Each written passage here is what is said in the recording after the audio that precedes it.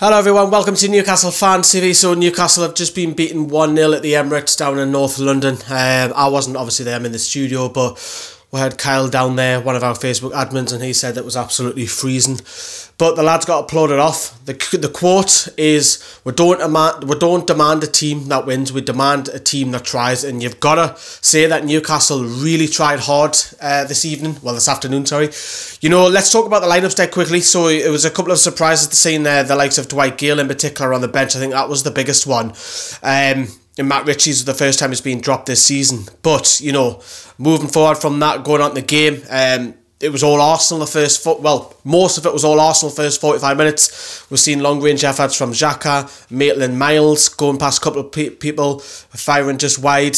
Newcastle trying to hit him on the counter, but some goal by Mesut Ozil. If you haven't seen it, wait to see it tonight. The technique where he gets the volley. Some people might say, yeah, you might clear it, blah, blah, blah, and Newcastle should have done better, but it's just, sometimes you just got to say, yeah, fair play, what a goal. And it was. And that's what killed the game off. We said in the tactic board video behind us is that Mesut Ozil doesn't need to work as hard as Jose Perez because they're both playing that like the number 10 role. Ozil's got world class ability. Perez has to work harder to get credit.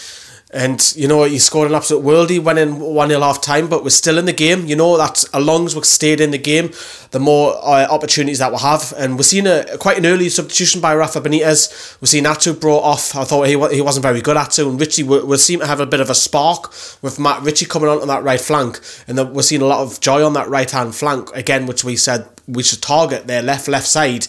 But yeah, it came to no avail. You know, you've seen a couple of opportunities for Hostler, which was deflected just wide. Jacob Murphy had an opportunity as well, one or two others. But overall, battling the performance, a much better display in the last two games. You know, I thought Everton were bang average. I thought we're hung in there, battled well against Arsenal. So we are unlucky not to get anything from the game. We are in the relegation zone now. That's the only thing. Yes, it's negative. And I'm trying to stay away from all the social media stuff because all people are posting is negative stuff. And when it is depressing at the moment, of course it is. Don't get me wrong.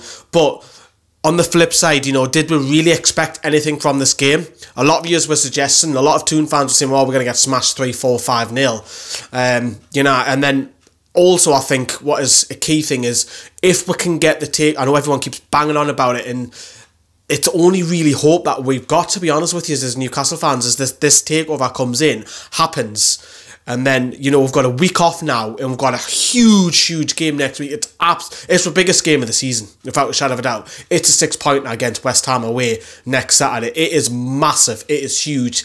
The biggest game of the season. We have to get 3 points from there. I think, never mind the point, I think you've got to get 3 points now, because after that, you've got Man City. I don't even want to think about that in a minute. But overall, it's disappointing. Battling performance, much improved display from Newcastle.